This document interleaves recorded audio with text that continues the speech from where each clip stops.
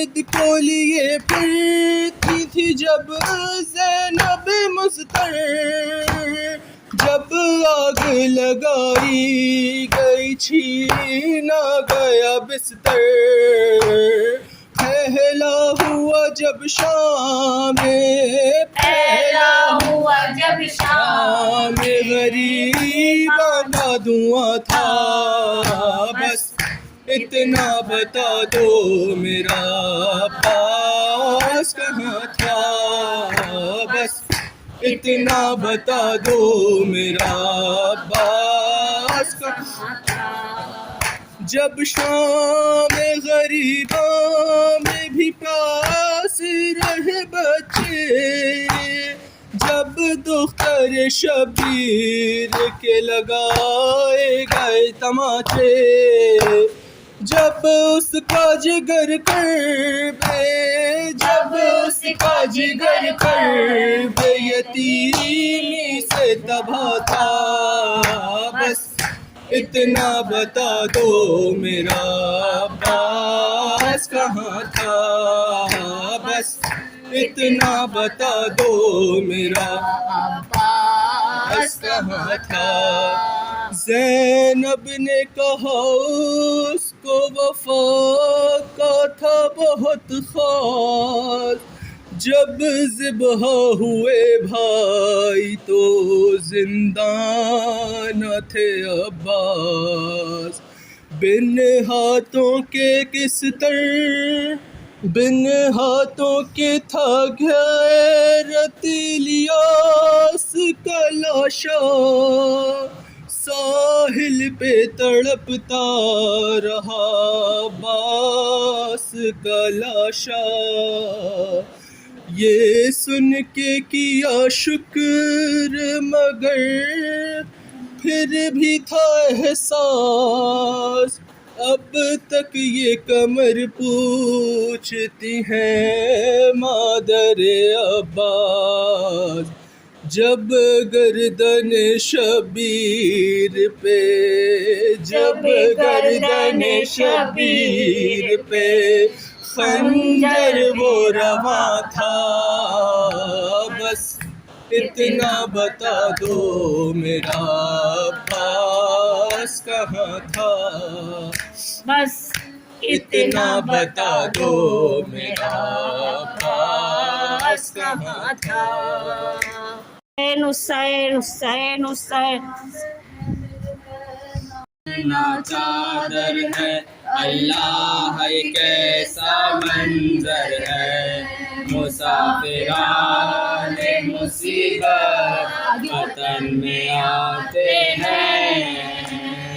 مسافران مصیبت وطن میں آتے ہیں، سفر سے آتے ہیں سوغات درد لاتے ہیں، مسافران مصیبت وطن میں آتے ہیں، مسافران مصیبت وطن میں آتے ہیں، کیا سلام محمد کے آستان کو، کٹا کے آئے ہیں زہرا کے سب گھرانے کو، نہ کر قبول تو ہم بے قصوں کے آنے کو، یہ نوح کرتے ہیں اور اشک خون بہاتے ہیں، مسافران مصیبت وطن میں آتے ہیں، مسافران مصیبت وطن میں آتے ہیں، مدینہ ہم تیرے والی کو آئے ہیں کھو کر، مدینہ کوفے میں سرننگے ہم پھرے در در، مدینہ داغ رسن ہے ہمارے شانوں پر، اٹھا کے ہاتھ مدینوں کو یہ سناتے ہیں، مسافران مصیبت وطن میں آتے ہیں، مسافران مصیبت وطن میں آتے ہیں ہر ایک قدم پہ بکا کب لبوں پہ بین نہیں ہمارے زندہ کا زہرا کا نور عین نہیں مدینہ اکبر و قاسم نہیں حسین نہیں یہ کیسے کیسے جوان تھے جو یاد آتے ہیں مسافران مصیبت وطن میں آتے ہیں مسافران مصیبت وطن میں آتے ہیں مدینے والوں کا ہو اس بہن کی کیا تقدیر جو دیکھے اپنے برادر کے ہلکے پر شمشیر لہو میں غرق جو دیکھے حسین کی تصویر لہو میں کیا وہی بھائی کا سر دکھاتے ہیں مسافران مصیبت وطن میں آتے ہیں مسافران مصیبت وطن میں آتے ہیں بتاؤ کہتے ہیں کیا اب اسامہ جائی کو جو اربعین تلک دے کفن بھائی کو بہن دکھائے گی منہ کس طرح خدائی کو کفن دیا ہے نہ ان کی لحد بناتے ہیں مسافران مصیبت وطن میں آتے ہیں مسافران مصیبت وطن میں آتے ہیں خبر یہ پہلی تو ماتم ہر ایک گھر میں ہوا نکل نکل پر سب عورتیں برہ نہ پا گری زمین پہ سغرا کا اس پہ چڑھ کے گرا یہ سغوار ہے سغرا کے پاس آتے ہیں مسافران مصیبت وطن میں آتے ہیں حسین حسین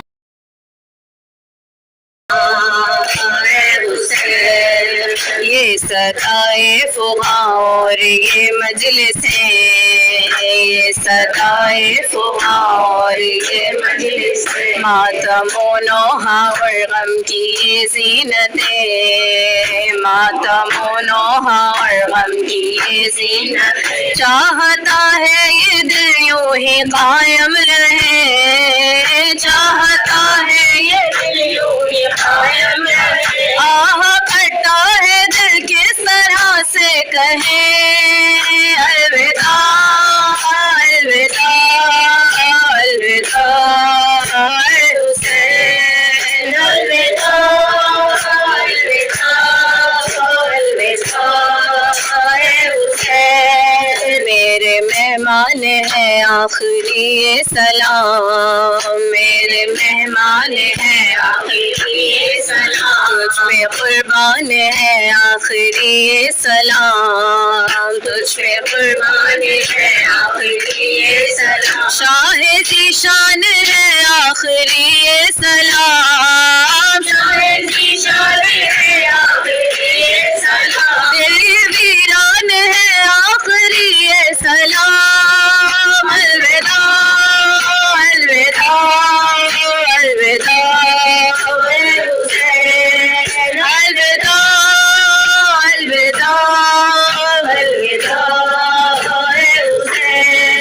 بخش دے ہو گئی ہو جو کوئی خطا بخش دے ہو گئی ہو جو کوئی خطا حق خدمت نہ ہم سے ادا ہو سکا حق خدمت نہ ہم سے ادا ہو سکا غم یہی ہے نہ جی بھر کے ماتم کیا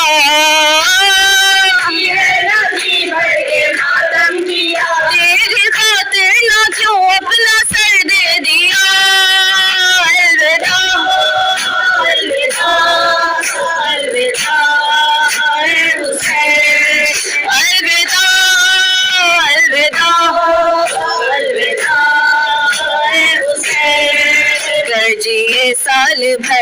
کریں گے یہ غم، یہ سال بھر میں کریں گے یہ غم، روئیں گے پھر تیرے غم میں مل کر بہام، روئیں گے تیرے غم میں مل کر بہام، اور اگر مر گئے تو یہ ہوگا اگر مر گئے تو یہ ہوگا افسوس جی بھر کے روئے نہ الوداع الوداع الوداع اے حسین، الوداع الوداع الوداع اے حسین، الوداع اے حسین، اے حسین الوداع، الوداع اے حسین، اے حسین الوداع، الوداع اے شہید مشرقین الوداع، الوداع اے شہید مشرقین الوداع، بنت احمد کے نور عین الوداع، احمد کے نور عین الوداع، ہے مجاہد کے لب پر یہ بین الوداع، الوداع الوداع الوداع اے حسین، الوداع الوداع الوداع اے حسین، الوداع الوداع الوداع اے حسین۔ الرحمن الرحیم، السلام علی الحسین وعلی آل ابن الحسین وعلی اولاد الحسین وعلی اصحاب الحسین، السلام علیکم ورحمۃ اللہ وبرکاتہ، اللہم صلی علی محمد وآل محمد وعجل فرجہم۔ أعوذ بالله من الرحيم اللهم كل وليتك الحجة ابن الحسن صلواتك عليه على أباه في هذه الساعة وفي كل ساعة وليا وحافظا وقائدا وناصرا ودليلا، وأين